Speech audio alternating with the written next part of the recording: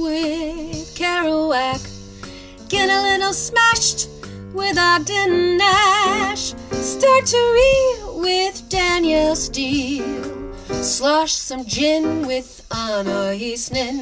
It's time to get lit-faced while you are day drinking with Arthur. Hey, day drinkers! We made it. It's Thursday.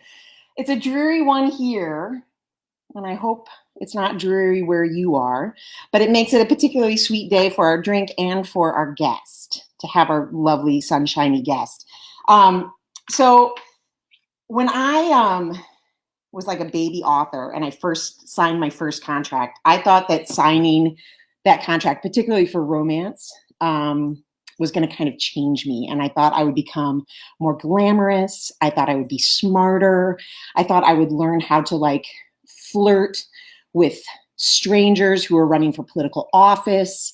I thought I would be able to strike down misogyny wherever I was and be dramatically sex positive in every situation. And basically, I thought that I would be my guest, Andie J. Christopher. And even though she's like 7 million years younger than me, I would like to be Andie J. Christopher when I grow up. So without further ado, let me bring her in. Hi. Hey! Hi. This is Archie. This is Archie. Archie is amazing. Archie's amazing. Archie is. Is it, like, are you doing walks? Like, are you like struggling to do that kind of stuff, or are you? We're allowed to take them on walks, but like people in DC are terrible about social distancing, so we don't go on super long walks. We do like I have a long hallway in my where I live, so I just throw the ball a lot against the door, and he like goes and fetches. He also like spends a lot of time harassing the cat, which is he's off to do now. So. Oh, wait a second. You have a cat too? Yes, I have a black cat named Licorice. So he's very old, and he's like, he might come over here, but all right, we'll be prepared. Wait, look, let's talk about our drink. I mean, so cheers. good. That's such a good idea. Cheers. Yeah, tequila like truly makes everything better, I think. It really doesn't. I didn't think it could make champagne better, but it does. Lo and behold. Oh, hi, Crystal. Hey, so before we get talking, I just want to remind everybody that if you ask some questions and we answer them, and I will try very hard to keep one eye on the comment board, but if you ask a question and we answer them, then Andie has like generously offered to send digital copies of the Not the Girl You Marry and Not That Kind of Guy. And I'm also going to do gift certificates to independent bookstores wherever you live. So if you have an independent bookstore that you love, let's give them our time and attention and energy for sure. I do have to warn you, I've had a drink. So have I. And I'm having I'm having a hot flash, like no one's business. And I'm really sorry if I start like dramatically sweating and I don't know what's going on with my hair. And I don't lift my arms up more than like, so we're all going to have to get used to that. Yeah. So let's talk about your book, Not That Kind of Guy. Yeah. So right here. There it is. Not That Kind of Guy. Sorry. So I have to say that one of the things that I absolutely like loved about this book, and I loved how you accomplished it, is that it was a little bit with your hero. It was like you had your cake and you, what is that? How does that go? You had your cake and you ate it too. Yeah. You had both things. So you have your hero is an intern to the heroine who's his boss. So you've got like a boss secretary reversed trope happening, but he's also like a millionaire, like comes from a lot of money, and he's like questioning his privilege, and he's absolutely like shows up without much ego. Like he's a very like dreamy dude. But then about a third of the way through the book, you're like, but I kind of need him to have a private jet. And now it's time for him to be in charge. And you like drop this like sexy hammer. And I just like, I marvel at your like, how do you create your heroes? And how do you like track that arc for the heroes? So like I always start with my heroine. And so I think about like what kind of thing does the heroine need that like the hero can provide, and how can I give that to her? So like Bridget had this like schlubby ex-boyfriend for like over a decade. And so I was like, what is the opposite of this? And I mean, real quick, I loved how you set that up too, where it's like, you know, he like teased her. They grew up together, and he like teased her and was kind of rotten to her. And it was that age old, well, that means he likes you. And she was like, oh, right. Well, that means he likes you. But then he was terrible. Like he was not, I mean, not like abusive or awful, but just like terrible in the way that things can be terrible. Like it was really And I mean, I don't think he's a bad person. And people from time to time ask if I'm gonna like give Chris a book, and I was like, no, Chris does not deserve a book. I do not want a Chris book. he is just gonna be like that guy in your group of friends that you're like, well, he's family. Like we can't get rid of him. Like, and that was exactly how he was treated, and I thought perfectly to tell the truth. Anyway, but so you go back to how you create your heroes. So, around what your heroine needs. I mean, so I was creating Matt, and I was like, I wanted you don't see like Jackie Lau has a lot of Asian American heroes. Like you just don't see a ton of Asian American heroes or Asian heroes in general. And my cousin is married to and has kids with a great guy, and so I kind of started with him, and then I was like, but he's got to be like out of American royalty. Like he has to be like the guy that Bridget would say, oh no, he's probably a jackass, like we would have nothing in common, we can never get together, and just like make him. And you did it beautifully too. Like his grandfather's the World War II vet from Hawaii. Like you just layered on all of this stuff. Yeah, I mean, and his grandfather is based on Daniel Inouye, who's a real person. Although I don't know anything about like the rest of his family. I'm like waving around Archie's toy. I don't know anything about the rest of his family, but I was like, Daniel Inouye has a reputation of being like one of the nicest senators to work for in Washington, D.C. And so I was like, how cool would it be if his like, his grandson is just an amazing guy, and like they're this sort of American royalty family, but they're not completely white, and and they try to do good things for the world. Like I wanted to imagine like a billionaire who would try to do good things for the world, even though it's really hard to imagine, especially right now. So it is a tricky thing. And it's a tricky thing. I just like, there's this moment in the book, he obviously he's the intern to your heroine. And so, and again, he comes in without any ego, and he does not hold the cards in the relationship. And then there's a moment in the book where it's like, Yep, where they're on the plane. Yeah, like, you managed to get this like, deeply thought out, modern hero. But then when it was time, it was like, oh, and it's a serious romance. Like I just appreciated the hell out of that. Oh, good. I'm glad. I questioned doing that. I was like, oh, does he really have to be a billionaire? And I was like, yes, he does, because he has to because there wouldn't have been any conflict after they stopped working together. And I was like, what else can I, because I'm always thinking about like, how can I amp up how the external conflict will like mess with their heads. Yeah. I really like messy heroines. And that's why I think my heroes are a little bit less messy in a lot of ways, except for the one I'm writing now. He's very messy. Well, to go back to the first book in the series, one of the things I loved about that is like how you kind of swap the stereotypical gender norms, right? So he's like chill and easy with intimacy and like good with people, and like he's the way that so many heroines are written, and she's like prickly and fuck you and blah blah blah, which is sort of the way that romance heroes are often presented. And like but then at the same time, when like push came to shove, that hero, for all of his like ability to be intimate and like run a room, had his own, like was a front just as much as her front was. And like, I thought that was really beautifully done. Oh, well, thank you. Hearing you say that like is gonna make me cry because I've had a drink, but I won't. Because we're alone and having hot flashes. I understand.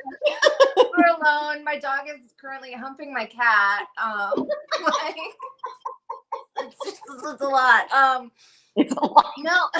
So I think so. I kind of wanted to do like a reversal of like the grumpy one versus the sunshiny one, because it's usually like the grumpy dude and like the sunshiny heroine. And I was like, you know what, I'm gonna do like a little like reverse how that usually works in a cis het MF romance. Okay, hold on, I gotta get the dog because he's really being bad. Hold on. You're gonna have to go in your crate. Love in the time of quarantine with pets. He was like going for my AirPods, and I was like, nope, you're going in your crate. Bug the cat. He likes it sometimes. Don't mess with my technology. Anyway. So grumpy, sunshiny, and also like I Jack was just because Hannah, a lot of her life experience and her dating experiences and her like jadedness like comes directly out of my own life, especially like her trying to like define herself for herself in terms of racial identity, just comes out of my experience directly. So I was like, with that book, it was really easy. It was like, what kind of guy would I like to be with? And I was like Chris Evans, but from Chicago. Like, well, that's a fantastic segue to my next question, which is, are all your heroes in some way Chris Evans? Like in like some version? I mean, I think I do. I tend to like Jack was, but no, like all of my heroes are not Chris Evans. Like sometimes I move on from crushes. Don't be ridiculous. They can't all be Chris Evans. They're not all Chris Evans. Jack was definitely like when I was fan casting him in my head, because I always fan cast in my head, he was definitely Jack was definitely Chris Evans. And it just, I was like, but also like, I don't know Chris Evans. For all of your attention and effort, you don't know. I know.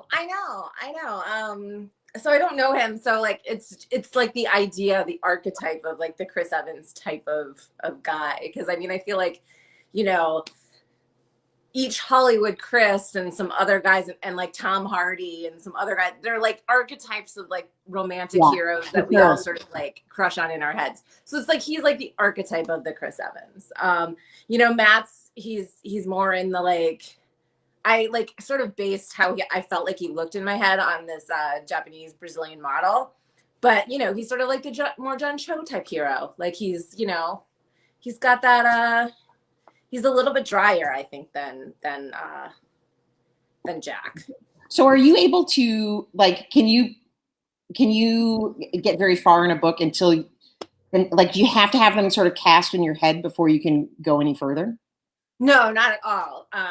I like when I was writing sort of more category length romances, I would always have like a full on vision board. And before I wrote the first one in a series of 6, I had like all 3 of them sort of plotted out. I'm never that organized now. Like, never that organized now. The book I'm writing now, I still can't decide how I think Patrick looks. Yeah, I mean, I think of him as sort of like Matthew Good with like a stronger jaw. Like he's just sort of like, he looks how he looks in my head, but he's not a specific celebrity. Okay, we're gonna get to the book you're working on now in just a second. Sorry, I'm jumping ahead. We've got some guests. Perrin, yes, sneak a glass of something. Who are you sneaking it from? Have a drink. Ned, hello. It's good to see you. Thanks for being here. Sharon, you should have a drink. And I highly recommend the Tequila Sunrise Mimosa. Which has meaning in terms of not that kind of guy, because they go to Vegas. There's like a lot of bachelorette partying, and tequila shots are taken and terrible decisions are made. As always. I have to say that this glass that I'm drinking out of, while gorgeous, is the size of a thimble. Oh, it is. It's very tiny. It's not that much booze. No, it really isn't. So I'm switching to a mug. We're getting, that's just how it's going now. That's just how it's going. Okay. So for those of you who might not know, what is your, from Amy Wenzel. Amy is coming up with the good questions at every day drinking. We're going to take a quick sidetrack. Okay. What's your favorite Chris Evans movie? What's my favorite Chris Evans movie? Okay, so I have only allowed myself to watch it once because I fell the fuck apart watching it. But Gifted was my favorite. And I mean, I love all the Marvel movies, but he plays an uncle who is taking care of his orphan niece and trying to keep her grandmother from taking her and putting her into like some like into college when should be in elementary school. And I just like sob when I watched really it. I sobbed. Like, and he was also, he was like a boat captain. Like that scene on the beach when she's climbing on him, asking him questions. Yeah. I mean, oh my God. Unfair. I can't even. And then, when he goes to see, it was just like, oh God. It's just, I couldn't even. Like, real quick, Kayla showed up to Day Drinking with Authors hungover. So shout out to Kayla. Yeah, Kayla, I'm so proud of you. Way to go, Kayla. Okay, so for those of you who may not know, there's a bit of a, there's a bit of a buzz or a bit of like a code word or whatever around the idea of a Stern Brunch Daddy. Yes. So, now, I always knew that Andie was like a lover of a Stern Brunch Daddy, but earlier today in our like little weird tech rehearsal, she revealed that she might have coined the phrase. So can you please tell the story in its entirety of how Stern Brunch Daddy came to be and exactly what it is? Ned, you'll be very interested in this. I think we have the inimitable Sarah McLean to thank for the origin of the term Stern Brunch Daddy, because Sarah and I have complete opposite taste in celebrity men. She, for instance, cannot see Chris Evans. She's like, I don't see it. A little bit, I get that. Like a little bit, I do get that. He doesn't exist for me. For me, Chris Evans reminds me of like the guy who got away. So like I see guys like Chris Evans. There's a joke in a group chat that I'm in that if you need to fan cast a celebrity blonde man or someone who looks like he grew up in like the cornfields of Minnesota, I'm your girl. You went to high school with Chris Evans. Like that's definitely the vibe. that I mean, I did not, but that's how it feels. Anyway, so she posted this picture of like Oscar Isaac, who she apparently usually cannot see, sitting like at a table at what looks like a restaurant, holding a fork and looking stern. And then it was on Twitter, and I said, "Oh, I understand what you're into now. You like a Stern Brunch Daddy because she likes like Tom Hardy." Holding a dog, waiting outside a restaurant, or the recent picture of him wearing a mask, looking angry, carrying leeks. I mean, come on. Yes.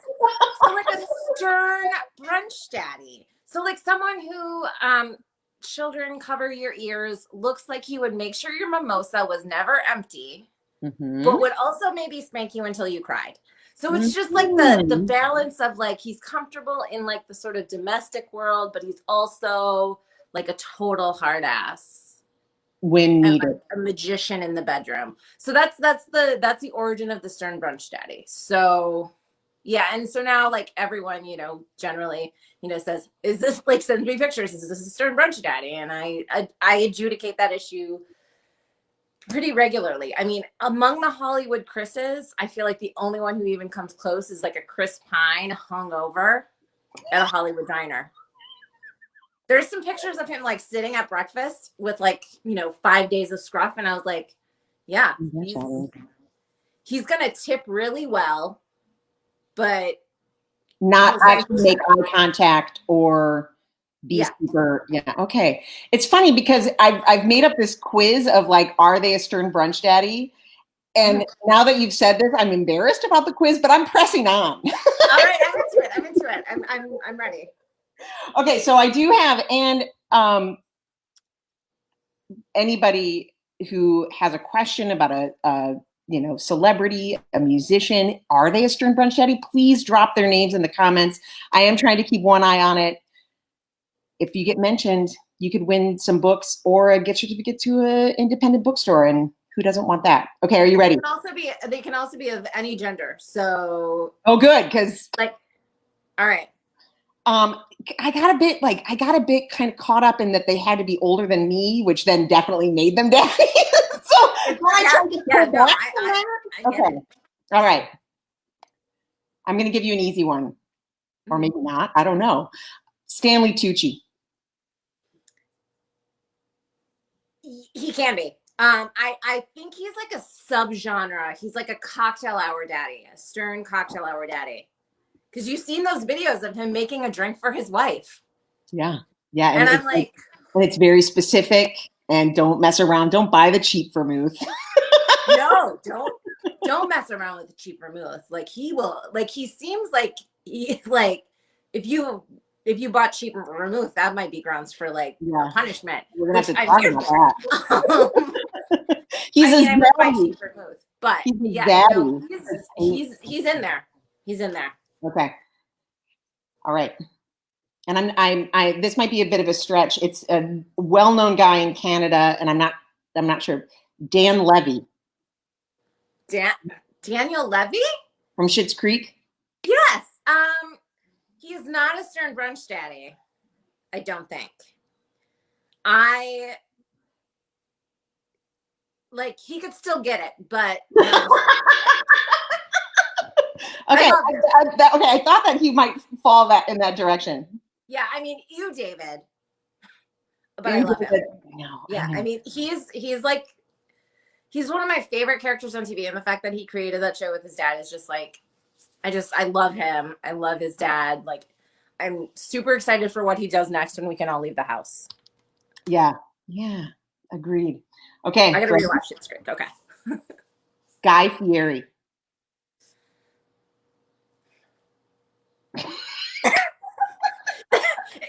Okay, so it pains me to see him in this context, but I think he could be. And here's why. So my mom loves diners, drive-ins, and dives. Sorry, Mom, I'm going to say this. But she also watches a show where he has a bunch of people come over to his California ranch house, or he does a show and they make brunch. I know. And he directs the whole thing. And I guess I got to say he's a Stern Brunch Daddy. Oh. And he's also, how much money has he raised for restaurant workers? I mean, we all want to judge him on that absolutely awful failed Times Square restaurant, right? And the hair and all that. But then underneath that is this anyway, it's a question. Here's a good one from Michelle Morris. Anderson Cooper. Oh, yeah. For sure. 100%. Yeah, I agree. Okay, ready? Yeah. And this one was tricky for me because he's so young and I can't Okay. Michael B. Jordan. Okay, I have a story about Michael B. Jordan and why I can't think about him sexually. So when I was in college, or when I was in law school, I dated this guy who was very, very handsome, from, I think, the same sort of area. And I think Michael B. Jordan's from California too. I think from a similar place. But the guy I was dating looked so much like Michael B. Jordan that it wasn't even funny. And so whenever I see Michael B. Jordan, I see this X, and it wouldn't be so bad, except when I first moved to DC, I was sitting down and I called my mom and we were going to watch Say Yes to the Dress together. And this guy who dumped me in law school was one of the fiancés. Oh my God. Oh no. Oh, and I've never gotten over it. No. So Michael B. Jordan, I conflate him with this guy, but if I'm just looking at him separately, I think he is. I just think he's a Stern Brunch daddy that I would have to give to a friend because I'm so traumatized by this say yes to the Stern dress Brunch Daddy experience. gift. That's interesting. For me, he's just Vince in Friday Night Lights, and then it gets really complicated in my head. Oh yeah, because he's in high school. Yeah. Okay, ready? Mm-hmm. Kate Blanchett. Oh yes, 100%. Especially if she's like wearing one of those suits from Ocean's 8. 100%. Okay, John Legend. Oh no, he's not stern enough. You He's don't not think- stern enough. No, he's not stern. He's not like Okay. he is literally a daddy. And he often makes brunch. Yes, For he his beautiful often wife. makes brunch. But I feel like I just don't see Chrissy like wanting to be, told what to do ever. So Oh, I mean, I've had a drink, but we won't get into that. But yeah, she does. Okay, wait, there's another good one. There's another good one. Ooh, okay, Carrie. I feel like Carrie Naylor Sullivan. Okay, Ed Harris. yeah. Yeah, 100%. 100%. No Okay. question. Tricky one, I feel. Jason Bateman. Ooh, that's a good one. You know what? I'm gonna take back my John Legend answer because John Legend and Jason Bateman like really fit in the same they're in the same space for me. Like really good humored. But I think there's like a secret darkness to them. I agree. And depth. Yeah, Jason Bateman definitely like John Legend and Jason Bateman both certain Secret. They're secret. They're secret. Like you don't know. You don't know. You don't even know what's coming. Okay. Exactly. Jennifer Lopez. Yeah. Her and A-Rod. Yeah. Okay, here's my last one. This is my last one, and I think it's a good one. I think it's a real baffler. It's a head scratcher. Okay. Kate McKinnon. Oh shit. I mean, I don't know. I think in a real life, yes. I think on like movies and SNL, like, I don't know. I'm not the Yeah, pro. in movies and SNL, no, but I think in a real life, probably yes. I mean, I thought you were gonna give me at least one easy woman, like Megan Rapinoe or Ashlyn Harris. Yes. But like Kate I don't know who either of those. Oh yes. Oh right. The soccer. Yes. U.S. Yes. Women's National Team. I mean, you're in Canada. It's fine. You don't have to know. No, I know. I don't know. I felt like Kate Blanchett was pretty easy. I felt like John Legend was easy. The only one I thought was sort of tricky was Jason Bateman. I mean, if I'm gonna say that Jason Bateman is a Stern Brunch daddy, I think Kate McKinnon is also a Stern Brunch daddy. Mm-hmm. Except I did see her on Ugly Delicious with Dave Chang. I know. I mean, It's a tough one because like I'm gonna say yes. I'm gonna say yes because she had very specific ideas about food. Right. I'm not as sure as I am with like a Tucci or like a Blanchett, but I'm gonna go with yes. All right. Well, if Kate McKinnon wants to get back to us on the Stern Brunch Daddy, She wants to let us know what her all right, what her bent is. Yeah. So we have to talk about your next book, and for those who might not know, the next book in the series is The Brother Who's a Priest. And I mean, as it happens, as it goes. Okay, so you're writing a romance novel about a priest. I am. Explain yourself, Missy. So I was writing Not the Girl You Marry, and Jack, I was like, he needs a friend who's smarter than him, and I was like, well, what if I give Chris like an older brother who's a priest? He can kind of talk to him. And then, as romance authors are wont to do, I was like, why not make him handsome? Why not make him a Father What a Waste? And so I did. And then he like played a pivotal role in sort of moving the romance forward, and as sort of like the Jiminy Cricket character. And then I started like thinking about it, and I was thinking about it before the book came out. I was like, I wonder if I could convince my editor, Christine, to let me write a priest rom-com. Like, I wonder. The rom-com really. Okay, yeah, go ahead. Like, what? Like, I wonder if I can get her to buy in. But then, like, the book came out, and I started getting messages from people, and this was after I'd written the proposal for Hot Under His Collar, and after we had, decided we were going to do it. But I was like, I'm not allowed to tell you this, but yes, we're going to do it. So, and since the second Not the Kind of Guy came out, more people have been like, is the next book Father Patrick? Please tell me the next book is Father Patrick. And so I'm like, okay, I feel vindicated. But then I started panicking because, like, I set up this, like, challenge for myself. Oh, I got to write, like, Fleabag season 2 with a happy ending. Like, it's like, true. I mean, it is not, it's messy. It's like real messy. And I'm like, okay, we're going to do it. And I'm almost done with the first draft of the book. So obviously everything's, like, subject to, like, revision and change. But, like, I'm like, okay, I feel like, okay, I hope I'm going to pull this off. But, I have a love for Hot Priest. I think when I was, like, really too young, my mom and grandma wanted to watch, like, The Thornbirds with Richard Chamberlain. So I just got, like, the priest, like, thing in. And then Sierra Simone, she wrote this book, Priest.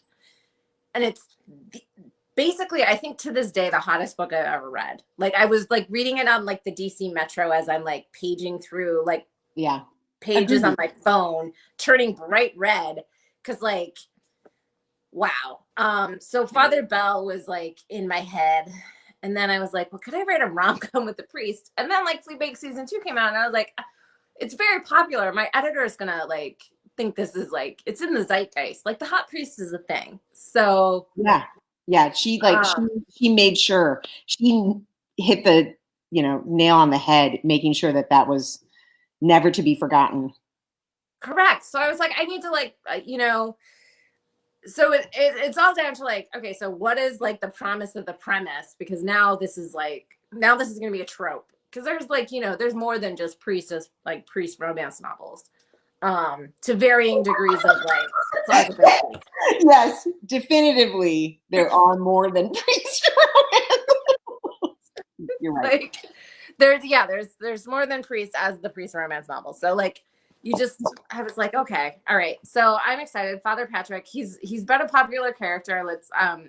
I think he's still really likable. The heroine you met too, it's Sasha. She's not what you expect. And I was like, okay, so when I sat down to think about writing her, because she's sort of a cipher through, like, most of the first and second books. Like, she's, the best friend. She's sort of the sidekick in the first book, and then she's, she serves comedic roles, and she's in the second book. But, like, I was like, what's, like, her inner life like? And it surprised me. Like, well, it's got to. I mean, you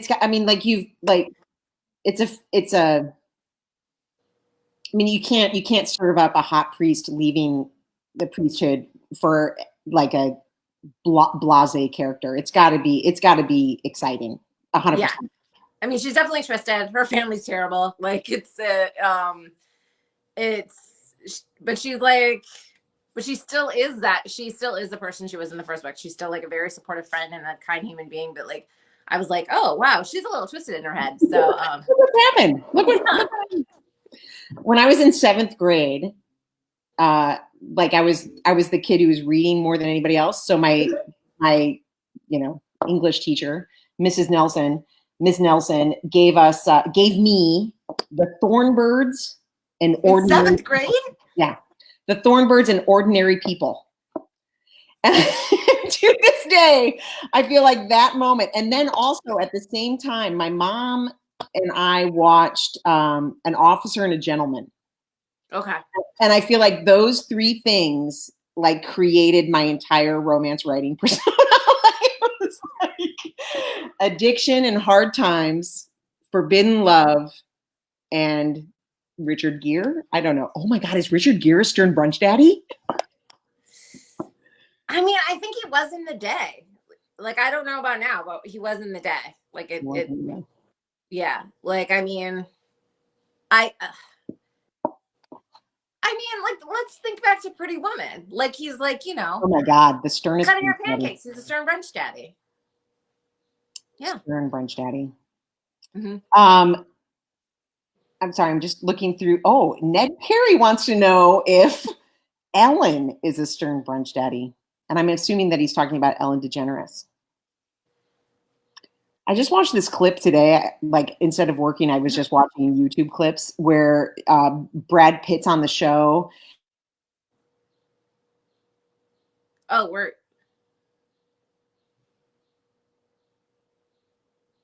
Do we stop? Friend of yours, and it was so like laser pointed, and like I was like, oh, Ellen. I don't know. Like, Ellen has like a reputation in the industry of just not being a nice person, and I feel like that's true. Yeah. No, like her ex-employees, like a lot of them like seek therapy. Like it's You're ruining my day. No, I'm man. sorry. I know, because I ruined my mom's day too. Because she'd be like, I saw this thing on Ellen, and I'm like, do you know? Like she looks. No, I mean, I think here's the thing: if she were like her TV persona, yes, but I think her real life persona is something else entirely. I can kiss my invite to Ellen goodbye, but.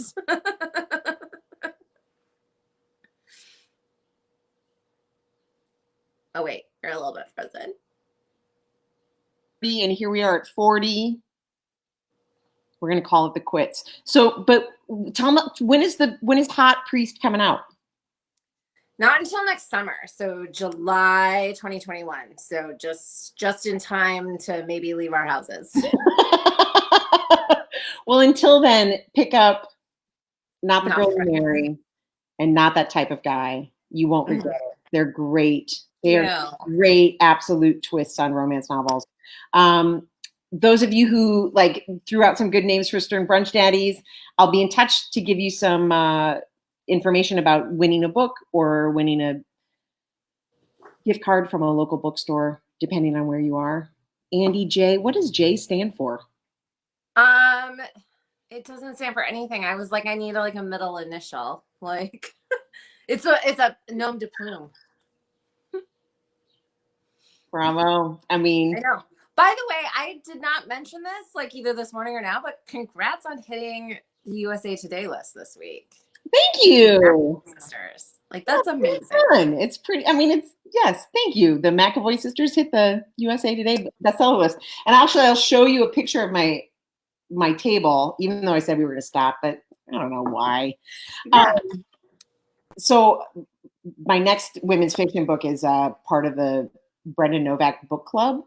And they were like, we're going to send you 500 books to sign to give out to this book club. And I was like, first of all, 500 books, 500 people in your book club? That's amazing. That's wild. Yeah. It is. It's crazy. And also, what does 500 books look like? It looks like this. Holy cat. Yeah. Yeah. Oh my gosh. Boxes. I got to meet Brenda when I was signing at Turn the Page in I think was it November? I think it was November. It was December.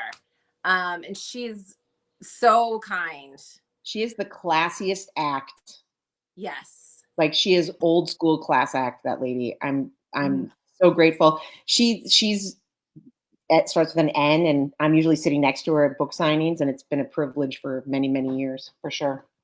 Yes. So, but congratulations. I was just like so excited when I saw that this morning. Yes. Yay. Hey, thanks for joining us. We're going to say goodbye. Be safe. Be careful. Have a drink. Read a book. Thanks, guys, for joining us. Bye.